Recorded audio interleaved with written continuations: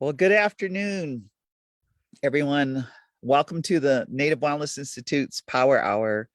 Every Wednesday, we come on from 12 to 1 o'clock Pacific time and 1 o'clock my time, Mountain Standard Time and such. So welcome. We're just pleased that a lot of you are paying attention to your self-care and to your wellness. And so Nistu Nidaniko Makoyo Sokoyi. It's my second Blackfoot name. My first Blackfoot name was Okstokama, given to me by Ats Danikiwa Agnes Ironpipe. She named me that, I think, when I was about 1.5 years old. And I carried that for, 61 years. And then I had a dream and where I was like shape shifting into a wolf. And so Roger Prairie Chicken gave me a new name, Mokoyo Sokoyi, which translates like the Milky Way, the Wolf's Trail, or the Medicine Trail. And so that's who I am. I'm coming to you live from Mariah Gladstone and Kenneth, my adopted niece and nephew's house, because this is where you can get good Wi-Fi, which is wild. And 3.2 million tourists come to our reservation, to Glacier National Park, and to find solace and to meditate and to get in the clear water, drink the clear water, see the eagles, see the bears, see the moose, eat really good food, and just kind of like chill out and gain their serenity. So that's where I'm coming to you. Up this way is Canada, Sixikai, up near Gleason. And then there's Standoff, the Kainai, the Blood Tribe, and then over a little is the Butsapikani, Skapi Pikani, and on this side, we have right here, we have like 1.5 million acres, known as the Blackfeet Nation, or Skapi Pikani. So that's where I'm coming to you from. Native Wellness Institute. Haven't you noticed everybody's on summer vacation? except for us workaholics. No, just jokes. I always laugh, like, some people take a vacation. And with this, the blessing of this pandemic is there was moments where it was like a fast, or it was just like being on vacation. We did our work on Zoom. We became a feeling of good solitude. We reflected. We reprioritized like where we want to live, what we want to eat, what we want to listen to. We developed our own ceremonies because we couldn't gather. We did beautiful things, like we reevaluated all of our relationships. And then we looked at how we invest in our relationships. And we also might have kind of moved away from some relationships that just weren't working anymore. And the beautiful thing with Native Wellness Institute is that we've had over 400 and I think close to 50 power hours. And a leading thing that everybody wanted was better self-care. They wanted peacefulness. They wanted to figure out how to be kinder, to have kindness as the umbrella that kind of went over their lives. They looked for living longer, living happier. Where our teammates Thosh and Chelsea just released their book on the 7 cultural ways of wellness. Our other team members, we have Jean Tagabon, Labina, of course, Jolene and Shailene, and Marcus Red Thunder, Shannon, and thank you, Shannon, for always having our back and putting us on. And Shannon has saved our tush so many times. We just love her. And then we have, Casey Nicholson. Oh gosh, we just have a lot of allies. So today I thought I would talk about deeper healing that Native Wellness Institute has witnessed, and that we're now seeing like a ripple effect across Indian country. And I say a ripple effect because I think we got some of our team is up in Alaska. I think some are training in Belknap. So we just have so much healing going on. And so I'll start with a story last week at Yakima Nation. Yakima Nation has been really closely allied with Native Wellness Institute for, I don't know, 20, 25 years. And I say allied where they often bring us in for over a year to do healing. We do gonas, we do all kinds of, so there's this alliance. And so I want a shout out to Yakima Nation because they had their 4th annual trauma informed conference. Now get this, because and I drove over there, I thought, when it says like 8 hours on your GPS, but you get on the road, and all this stuff it took 10 hours, but it was beautiful and so peaceful going across the land, the mountains, going to the Sun Road, coming down the valleys, seeing the beautiful Columbia River where it came down. But at this healing, now get this, 400 people registered because they wanted to be better at trauma-informed lenses and looking at moving forward into 2022. And about 300 showed up. And that's what people are saying. You might get 300 registered, and 75% of them will show up. And you just think, that's about our intentions. And it's really a good self-evaluation and a systems evaluation to say, what are your intentions? And so the intentions there, and it turned out the outcome was beautiful, is they brought all of the behavioral health in the area. And then they brought all of their traditional practitioners, their holy people. And then they brought in our nephew, Craig Graycloud, who works with horse medicine. They brought in Avis Garcia. There was just so many. They brought in I still call her Patsy Martin, but Patsy Whitefoot. She was just such a blessing. I mean, there was 20 native indigenous speakers, and it's kind of like we were all brought together in like a circle. You could come and hear us keynote, you could hear us in a workshop, and you could eat with us. And then they brought Auntie Beatrice. Auntie Beatrice is just a magical phenomenon because she has captured away as a female, as a way of bringing laughter to laughing with healing instead of like crying. I mean, you can laugh till you pee in your pants, I guess. I mean, that was what I witnessed and they invited the entire community to come and see Auntie Beatrice. And so it was like all of Yakima Nation, and they weren't all at the conference, but they came to see Auntie Beatrice. And it was full Ticketron, police. They even searched your bags. They didn't search your Indian purse, but they searched your bags. And it was just and then of course, Auntie Beatrice is so talented. She's so magical.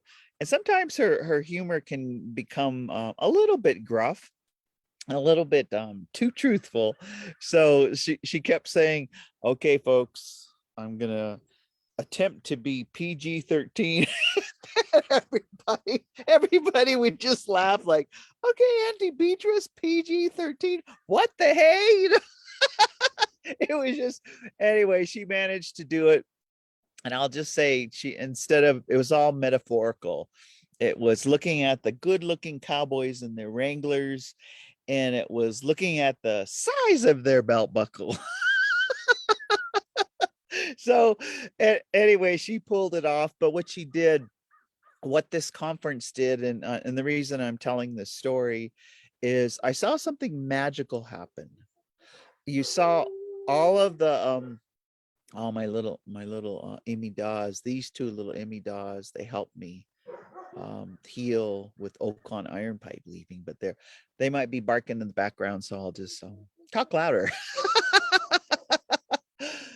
So what they brought at that gathering, and this is, I was thinking for 2022, we have to build that allyship, because there was all of our stout, PhDs, all of our clinicians, been working in the field forever, worked through the pandemic, and they, in their own right, and some might call it Western kind of thinking, but those are some good people who worked darn hard for a lot of years. And myself included, my clinical work is with pregnant addicts.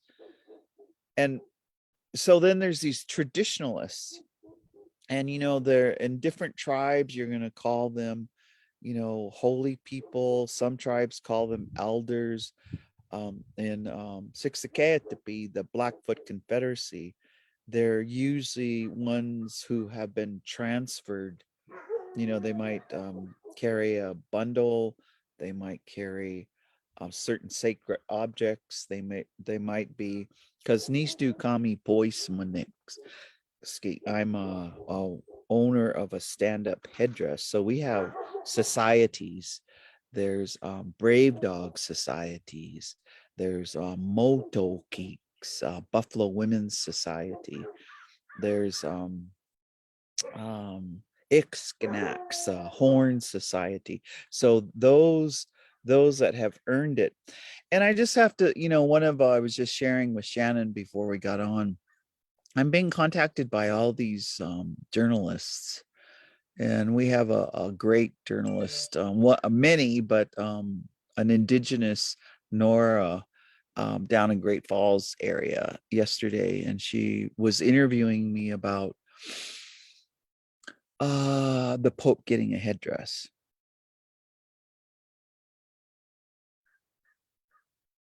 And somehow, I don't know, it's some kind of painful level. And I think it's the pain of, my mother, my father, my mother's still alive, of being boarding school survivors. And I know it's the pain of my Canadian relatives who just, continually heal from residential school. And even now, the emotion is, how can you bring that to some kind of spiritual justice?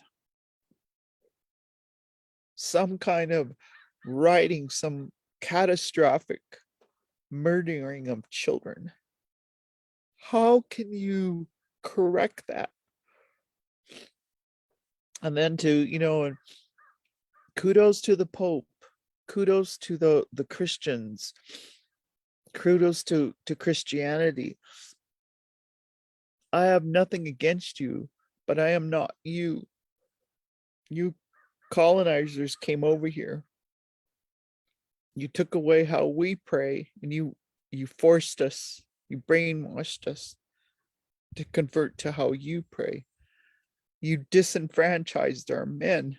You still do today. You prefer to lock them all up, to stereotype them as being drunks or lazy dads. You took our land. You took our land. You stole our land. You stole our children. You took our language,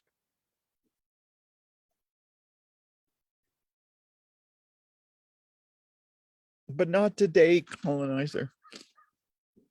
Today is a new day. A Native Wellness Institute, our goal is to keep the teachings of our ancestors alive. So when I was being asked these questions, and I'm crying today, I just answered them truthfully that does not, kudos to that Pope. But that apology needs to come with resources, with money, or, Indians are so truthful. It's like, well, where's the check? Okay, you apologize. So where's the action to rectify things? So let's just think about that for a moment. I was just thinking, God, wouldn't it be fantastic if the Pope just paid off all the student loans of Indian people? Kind of like a Cabal thing. Cabal, I mean, Eloise Cabal, she had it right. Giving $7,000 to all these indigenous people to go to school. Now we have all these PhDs, all these master's degrees. That is so cool. Give some resources. And I just thought, man, wouldn't it be wonderful if the Pope gave us back all of our sacred things that they have hidden over there in their archives. Like some of the museums that have our bundles and our headdresses and actually our human remains.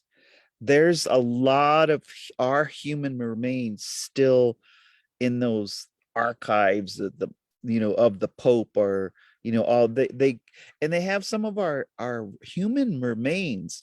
Okay, so give it back, Pope. God dang it. I don't want to cuss, but dang, it just makes me want to get mad, because that hurt becomes mad.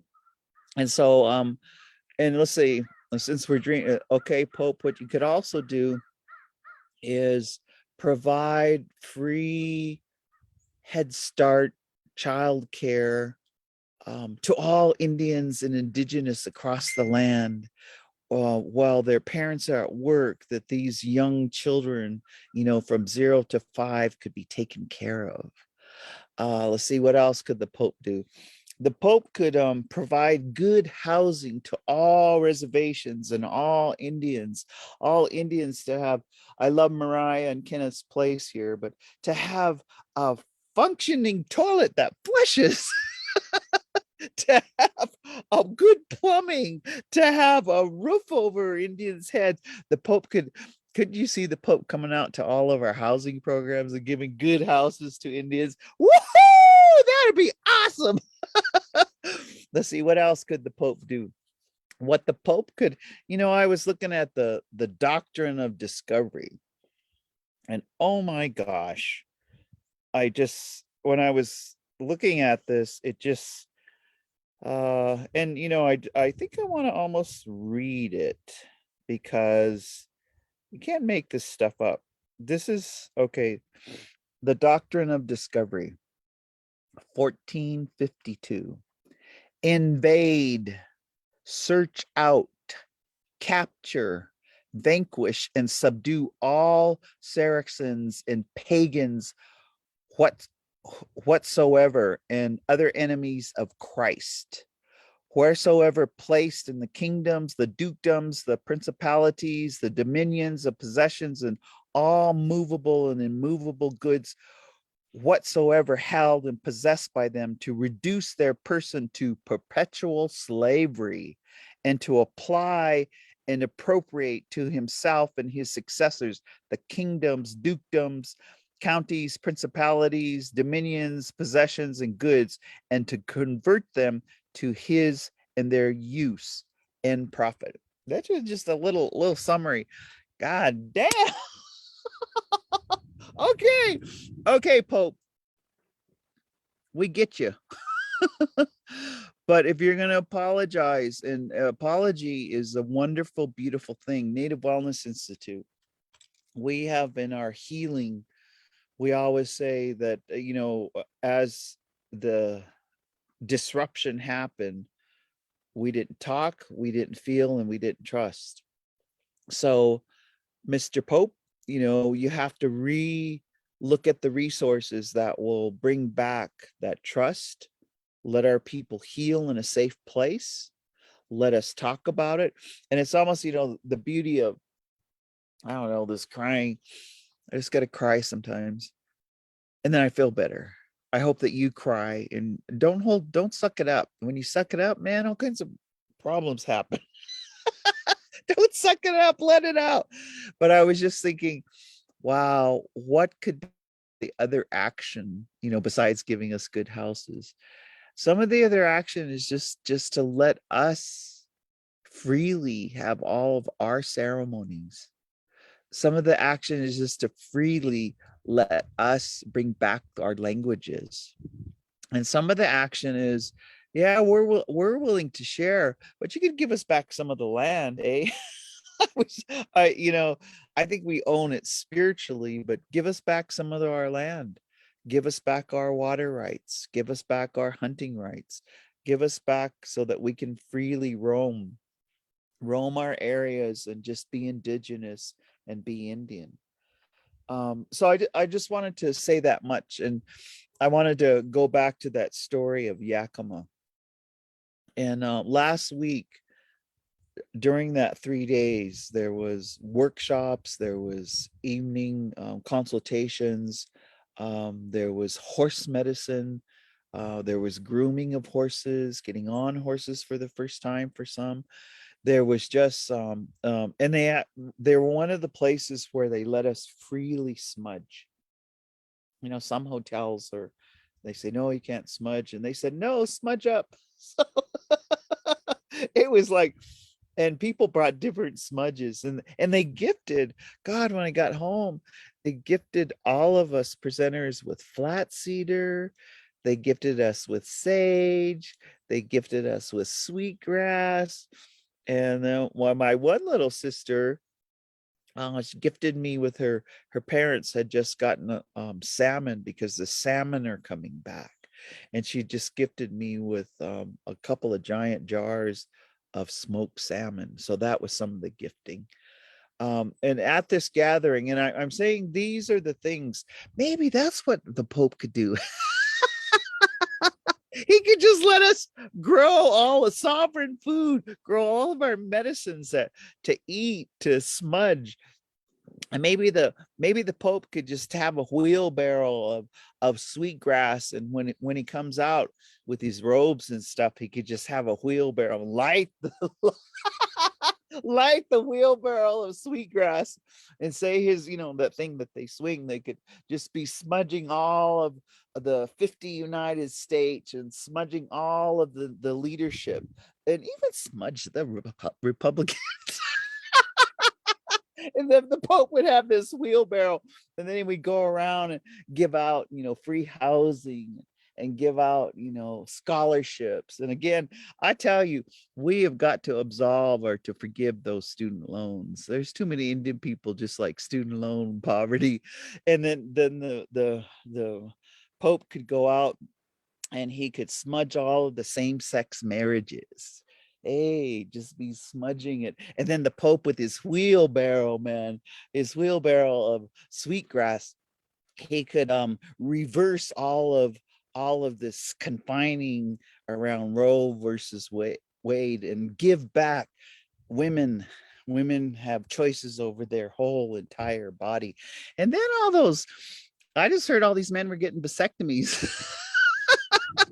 Because they wanted to help with this backlash of Roe versus Wade. Anyway, so we heard. Anyway, can't you just see that visual? Man, that would be awesome. The Pope just wheeling around all 50 states, and with taking the sweetgrass and in the 4 directions. That would just be awesome. Well, Native Wellness Institute, we're at a place where we're having our first in-person gathering, and it will be in September 27th. And you can go to our Facebook site, or you can go to our Instagram, and you can register at www.nativewellness.com. And our first in-person I wanted to just invite you, but to describe some of the thinking behind it. And the beautiful thing is that it will be a gathering on Bainbridge Island, right off of Seattle. It's just this beautiful Suquamish casino resort. But most of our activities are going to happen outside. Just sitting here, I'm on Duck Lake. You hear all the birds. There's more loons over on Lower St. Mary's. We're going to be outside at Suquamish, and then we're just going to have healing circles. I think Gene Tagabon and he's going to do a lot of the men's healing with some of our male team members. We're going to have talking circles. We're going to have gift making. We're going to be making medicine bundles. I think Gene was even going to bring flute kits to make flutes. And so, and flutes, and bring back, courtship with flutes. Well, hey, that's what the Pope could do. The Pope could get everybody a flute so they could learn a couple of songs and be outside the window and courtship and playing that flute. We could get all of like Pat Armstrong Jr., our new council member. Man, he's always been just playing the flute. We could get Herb Welch down at Wind River. Herb just makes these beautiful, he gave me this flute. And I just anyway, so that's another thing the Pope could do, is give everybody free flutes, make flutes. So at our gathering, we're also going to look at making smokeless smudge. And that's really very interesting, because smokeless smudge is good for using in hospitals. It's good for those who have respiratory distress. It's good for, and it just changes the air. So we're going to make some, sage, some sweetgrass. We're going to bring in medicine healing. And so you're all welcome to join us at Suquamish at the end of September, because it's our first in-person gathering, as we're moving back, folks. Everybody who's got 4 shots, we're moving back to, I was just thinking today is like one of those days where I didn't have to wear a mask, or I'm still, I got one of, not in this Indian purse, but in my Indian purses and my bags, I got all these masks, N95s, N95s with decoration, N95s with logos. Hey, that's what the Pope could do. The Pope could give us all equipment on every reservation to take care of ourselves, to take care of, it could be masks, it could be hand sanitizers, it could be all of pregnancy tests, eh? He could give us health care. Hey, Pope, that's what you could do. I think we were promised in the treaties free health care, but the Pope could give all of the 574 federally recognized tribes in the United States free health care. Let me say that one more time. Free health care. Because right now with our cancer victims, with our diabetes, there's even to go get dialysis, some of our people got to drive 3-4 hours. Hey, Pope, that's what you could do. You could give us free dialysis centers all over, as many, wherever there's a McDonald's, eh? You could have free dialysis for federally recognized Indians and their descendants. Free dialysis. You could have over here, you could have free colonoscopies. Over here, you could have free pap and pelvics. You could have free mammograms. You could have free Red Guns always say, prostrate men, check your prostrate, free prostrate checking. Oh my God, that's what you could do, Pope. Just don't apologize, put some action into it. Oh, anyway, sometimes I get carried away with I guess one of the things in healing is, we cry, but we also, I always have this visual, like when I'm driving around my res, and it doesn't matter, even if they got an old res car, 3 tires, different sizes, a couple of windows, duct taped with some, like a res car. But if you look in, like everybody's like driving and they're just going, you could just see, you can't hear them, but they're all like talking. And I was thinking about that, like just the beauty of Auntie Beatrice or Casey Nicholson, just the beauty of our comedians, even going back to Charlie Hill on up, all the history. No matter what's going on, Indian people have this resiliency, and that resiliency is in laughter. And so on that note, when I was I was driving over here because I get good Wi-Fi here, and thank you, Mariah, and thank you, Kenneth. I was thinking about my good friend Percy Ami, and I think about many of my good friends. Percy's still out there, helping at Native Connections in Phoenix. But I was thinking about a story where she was talking, and I had mentioned it before, but I'm going to mention it again. She said that sometimes, these concepts, these English words that we use, her and her husband doesn't speak good English. They just only speak Hopi to each other. And so she decided she was going to try to create in their house, like she got some candles, some smudge, and she got a meditation area. And so she was creating this area, and her husband, he's always respected her over the years. I don't know how long they've been married, 60 years or something. But he was like, he opened the door, and remember, he's not a good English speaker, and he saw that she was sitting there, had her eyes closed and taking deep breaths and clearing her mind. And he goes, "Oh honey, I didn't know you were ministrating." Administrating. So he closes the door. She chuckled a while, and so she continued her meditation.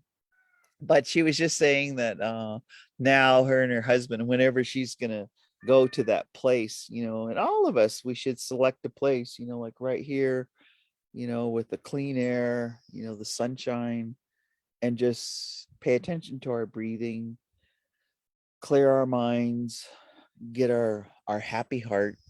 So her and her husband are always, because they have a joke now, and he always says, "Are you gonna go ministrate?"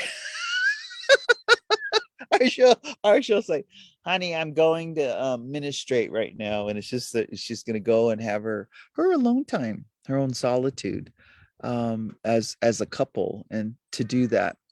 So one of the things that I was just when I was visiting with Jean last, we were talking about what Jean and I were going to do at the Native Wellness Institute's gathering in Suquamish. And it had to do with healthy sexuality. And so I thought I would just say some healing I would offer to you. And you can, I'm going to ask you some questions. And it's Jean and I had started the male sexuality quiz, and so I'm just going to ask you some questions, and you can in the comments. They're basically true. Are there false?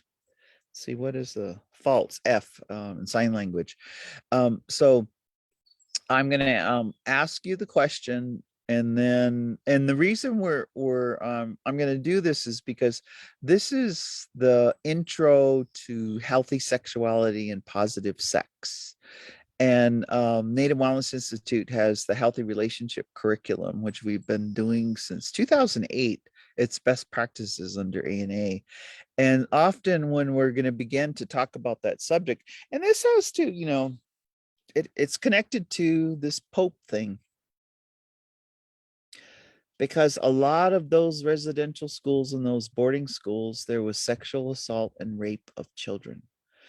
And that, if it started in the 1700s, 1800s, 1900s, or it was last week in some of our facilities, our day boarding schools, our residential schools, is that we have to start the healing. And so this is a good way to begin, So I thought I just jotted down, and this was developed with tribes in the United States, and it was developed so that you can just answer true or false, and then discuss it with a trusting atmosphere, a safe atmosphere, and no judgment. Because like even if you get it wrong, because like on these tests, a lot of people get them 50% get it wrong in the sense that they just answered it wrong. So we say, well, why? Okay, so first question is orgasms can relieve pain. True or false? Now think about that. And I don't want you to think about your last orgasm, or you can. Maybe think about it and say, woo, that relieves all the pain. Is it true or false? And once you answer that, and I always say the answer is true. And it's true because when you have an orgasm, male or female, you excrete oxytocin. It's a chemical. And this chemical helps your body relax. What it does is it excretes into endorphins into your brain, it throughout your body, and it brings about positive emotions. Positive emotions, like an emotional well-being. So that doesn't mean I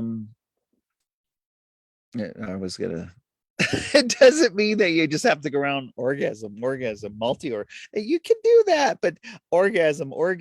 Just think about how it is to be in love with someone, to love someone so dearly, to love that person, and that part of your lovemaking is just, it's holistic. It's like the union, and part of that lovemaking is really caring about the other person and really caring how they feel, and really wanting to enhance that by giving them an orgasm.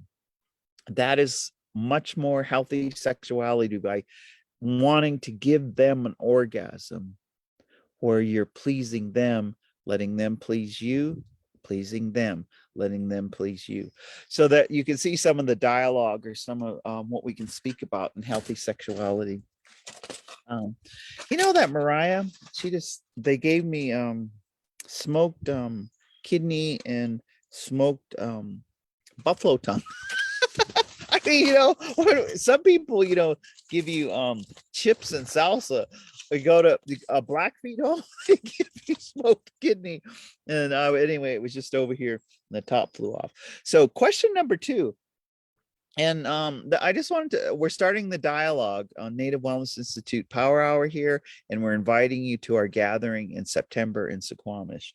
So the second question, it's just a true or false answer, is the G spot is a mythical spot of that a female, on a female, that is said to increase sexual pleasure. The G spot is mythical. True or false? And for those of you like, what the hey, what's a G spot?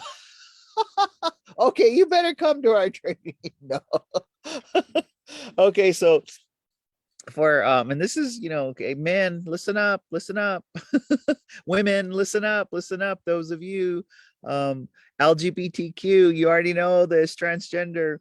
The G spot on a woman is about 1 to 2 inches inside her vagina, just below her pelvic bone. And that is an erogenous G spot zone that can give orgasm or stimulate orgasm. And so the answer is false. It's not mythical. I mean, I was just, sometimes, I don't know, I laugh about this because sometimes when we're taking these quizzes, you will get people will describe all the G spot. They will describe becoming aware of the G spot. They will describe And I've, I'll just say with a lot of, I mainly work with women in healthy sexuality, and some women have never had an orgasm, or it's very late in life when they might later on discover, in 40 years old, that they can have an orgasm. And so you have to think about how can we begin to talk about these things, because so there's healthy sexuality with a young girl, even before she's loses her virginity. When we begin to talk with young boys, I remember one time I had all these young Indian boys, and they were like, 12, 13 years old. And I just remember we just got down to, of course, they were giggling and laughing, but there was one young man, and he just said he thought that women just have one hole, and you do everything out of that hole. You pee out of that hole, have babies out of that hole. He didn't even know the anatomy. So we need to think about that in itself. Not knowing and no one explaining to is a symptom of residential schools and boarding schools, because those that went to residential and boarding schools have they think sex is dirty, sex is just for procreating, and sex should not be talked about. It's quote unquote should be in dark places, turn off the lights, just think that's so horrible to not explore yourself. And so one of, and I don't want to, we got about 15 minutes or so with this power hour, but I'll say this before we ask the next question: is the root cause, the core issue of most tribes, most native families, and most indigenous is sexual assault or rape. That is like a core issue. And so being a core issue, it's not something you can skip over. It'll just keep in the way that you see it manifests itself in native families is the repeating of patterns, the repeating of the same type of relationships that don't turn out good, and is because of that core spiritual disruption. And so I'll say that much now and just invite you. It's not like we only get this hour. So question number 3 is the percentage of women who admit to same-sex sexual contact is 11 to 12%. Is that true or false? Please put it in the comments. Again, the percentage of women who admit to same-sex sexual contact is 11 to 12%. And it's interesting because it's true. It's true. And what I'd like to invite you to do is, one of the things of, when they call it raising non-binary, or raising children to let them tell you what their choices are, who they are. And I've been trying to really, I was just noticing, and like the baby showers around here, like if they do know, quote unquote, if the sex, if there's a penis and a scrotum or a vagina in this developing embryo, and then this baby, they will buy pink things for her and buy blue things for him. And so just something as simple as giving gifts that are multicolored. And I was just thinking, I was just telling my life partner, I said, I want to go buy those bags of army women, because we were talking about, growing up having bags of army men. And then I said, no, they have army women now. So there are all these army women that you can buy and give as a gift. But what if it started with baby showers? What if it started with all activities in Head Start? What if it was all activities or you just didn't assign, okay, you're in this male sex or you're in this female sex, and that's what you are, that those are the only choices. And I often, one of our Blackfoot elders, and I always like to reiterate and say it again, is when he said that as many stars in the sky, that's how many different interpretations we have of gender. I always think about that, so I try not to pigeonhole anyone. And I was just I'd like to invite you. So another invitation is Steve Barrios and the Two Spirit community across the states, but it's the 26th annual LGBTQ Two Spirit gathering, and it's going to be on what is called Flathead Lake at Salish Kootenai territory, August 16th, 17th, 18th, 19th, and 20th. I think there's a Methodist campground with cabins over there. And they've been inviting me to come and speak. Oh gosh. I want to say like Steve, maybe like 10, 15 years. They're saying, Theda, you should come and speak. And then, I was thinking, I'm a heterosexual, but what else am I? I'm an ally. I'm an ally. And I just was honored. My little two nieces, Keela and Ray. I just performed the same-sex marriage of two women at Running Eagle on the 14th of July. It was such an honor as I guess a conduit to and I think I'm being invited because I'm an ally and because they don't make judgment. And who knows, like they always say, geez, Theta, you got good gaydar. I mean, like, I said, yeah, I can tell with some people, they're wherever they are on the down low or whatever they are. Yeah, I can just like size them up. And I think because I want them to find their true authentic self, to express themselves in healthy sexuality, to express themselves in a lifestyle that is of their choosing, to express themselves in their artistic ways, in their ways that they live. And I guess that comes with gaydar, like radar. And I think being raised in the 60s in San Francisco, and just accepting people for who they are and accepting them and working with them, being with LGBTQ, transgender, and then witnessing the despondency of when someone cannot be their authentic self and cannot choose. So I'll say that much. So you ready for question number 4? And this, you can see how these questions, the dialogue, we're doing this on Power Hour. It's healing dialogue. So question 4 is a true or false also. And it's the question is, by the age of 16, 50% of women have had vaginal sexual intercourse.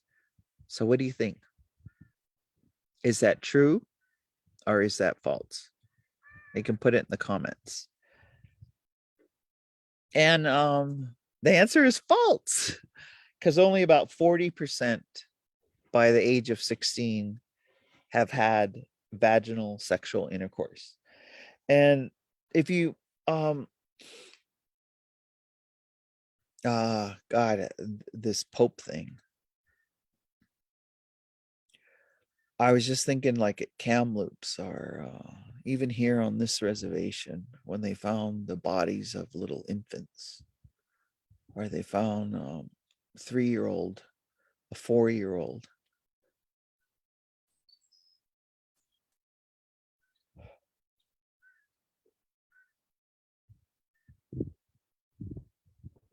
Just think of that, what some priests and nuns did to our children, and we're just allowed. I mean, that's like being a perpetrator, like being a serial killer. child after child, just predator. Anyway, I guess I'm having these emotions just as you are having these emotions, because we have a lot of healing in front of us with this Pope's apology on behalf of that belief. And then at the same time, the outrage and the hurt and the wounds of giving this Pope a sacred item like a headdress.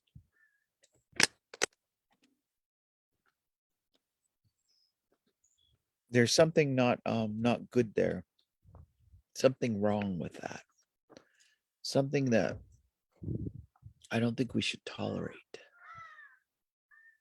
or that we shouldn't condone. And so even, this question, and these are examples of when you're taking the healthy relationship. It's a training of trainers.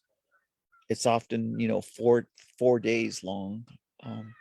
These are the type of questions that come up in the dialogue, the healing dialogue. Okay, so I'm gonna kind of start. I'm gonna just end with a fifth question, and to do some healing comment before we sign off on this week's. Every Wednesday we have a power hour, and they're all free. You can go to YouTube and type in Native Wellness Institute in case you need uplift, or in case you want to do deeper healing. Okay, so the fifth question. Okay, and remember, these are true or false. And I love this because we're just doing this education with each other as Native Wellness Institute. We're like an open door to open a door to healthier sexuality. So question 5 is, in women, the age at which masturbation occurs is most often 20 years to 24 years old. True or false? Yes, masturbation. Okay. Now, the answer is false, because it's usually occurs most often for females 25 to 29 years old.